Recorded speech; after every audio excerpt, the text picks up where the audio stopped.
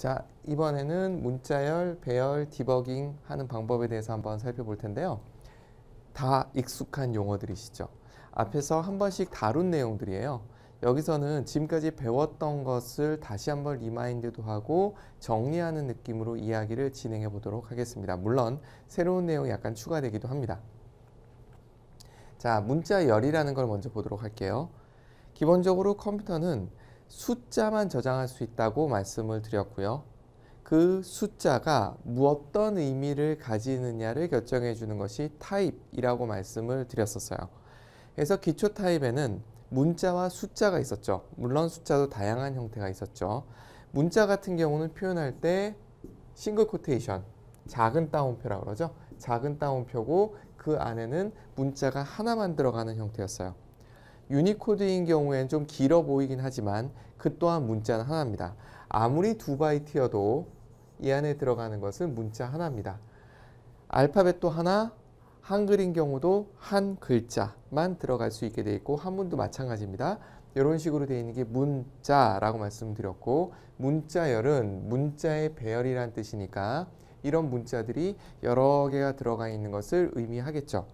기본적으로 문자열은 큰 따옴표, 더블 코테이션이라고 불리우는 것으로 구성되어 있고, 이 안을 들여다보면 자바를 할 때는 크게 관계는 없습니다만 좀 알고 계시면 도움이 되는 게 역시 배열이게 되고, 배열에 쭉 문자가 예를 들어 A, B, C가 있으면 A라는 문자, B라는 문자, C라는 문자에 ASCII 코드가 들어갈 거고요. 맨 마지막에 널 문자가 들어가는 형태가 자동으로 돼요. 자바에서는 여러분들이 이런 형태로 잡을 일은 사실은 잘 없으세요. 이런 식으로 잡아서 사용할 경우는 거의 없으실 거예요.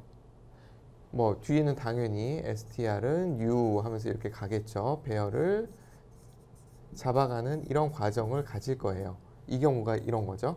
이렇게 하면 돼요. 그러나 자바에서는 이런 식의 문자의 배열을 잡는 경우는 거의 없으세요. 이유는 지금부터 설명드릴 이 스트링이라는 클래스가 이 배열이 해야 될 일을 전부 도맡아서 해주기 때문에 굳이 여러분들이 힘들여 이런 문자열을 만들 필요가 없기 때문입니다. 자, 왜 수많은 클래스, 자바에서 제공해주는 수많은 기초 클래스가 있는데 이 스트링은 별도로 다룰까? 이유가 그거예요.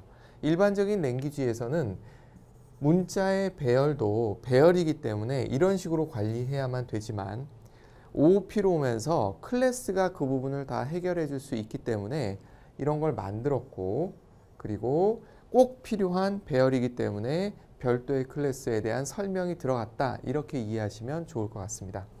자, 사용법을 좀 알고 지나가면 좋아요. 워낙 많이 쓸 클래스이기 때문이다, 이렇게 생각하시면 좋고요. 또 하나는 자바에서 기본 패키지로 주어지는 클래스에 대한 사용법을 배운다라는 느낌으로 생각하셔도 좋을 것 같아요.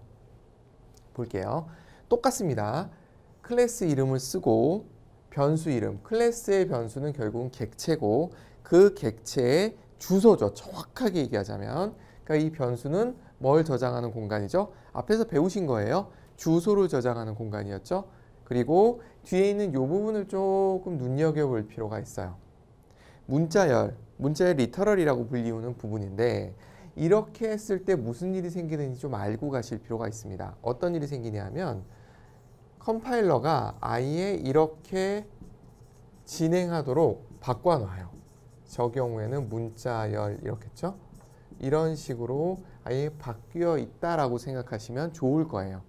왜 이렇게 설명을 드리는지는 생각해 보시면 우리는 이것에 대한 뭘 받아서 갖고 있다는 것도 알고 있고, 그리고 이 변수는 객체라는 것도 알고 있어요. 정확하게 말하면 객체의 주소죠.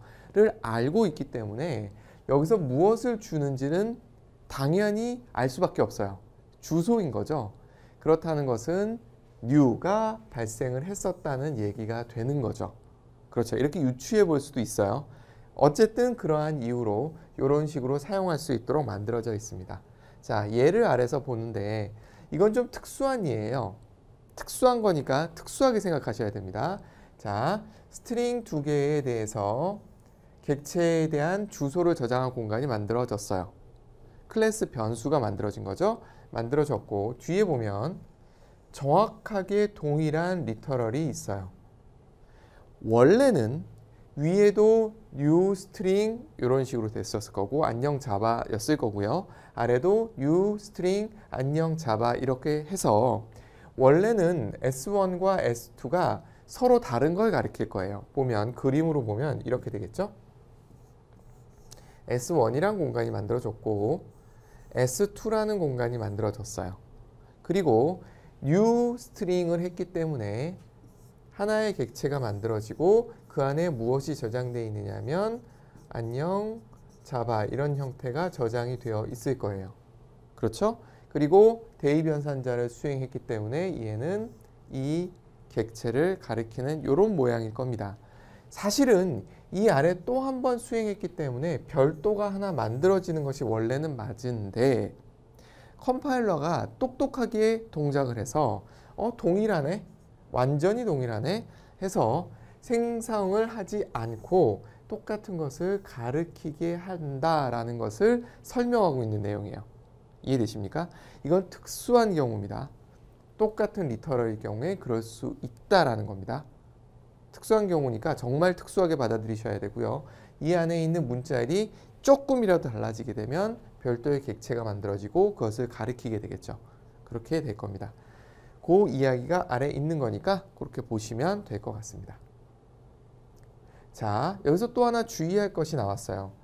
이 같다 연산자와 다르다 연산자가 무엇을 비교하는지를 이야기하는 거예요. 스트링 객체를 만들었을 때 그 객체들은 어떻게 저장되느냐면 주소를 갖고 있는 형태죠. 항상 객체 자체가 아니라 객체의 주소예요. 그렇죠? 이런 거죠. S1이라는 것이 하나 예를 들어 만들어졌고 앞에 거랑 다른 겁니다. S2라는 게 하나 만들어졌어요. 얘가 가리키고 있는데 예를 들어서 얘가 문자열 ABC를 갖고 있는 애예요. 그리고 얘도 예를 들어 문자열 ABC를 갖고 있는 객체라고 생각을 합시다. 얘들은 주소를 갖고 있죠. 주소를. 그러면 S1과 S2를 비교를 하게 되면 if 이렇게 해서 비교를 했다고 칠게요. 이렇게 하면 결과가 어떻게 될 것이냐 하는 거예요. 자, 뭘 비교한 거죠? 잘 보셔야 돼요. 얘와 얘는 내용이 뭐죠? 주소값이에요. 얘도 주소고 얘도 주소예요. 주소와 주소를 비교한 거지 주소가 가리키고 있는 내용을 비교한 것이 아니에요. 이해되시죠?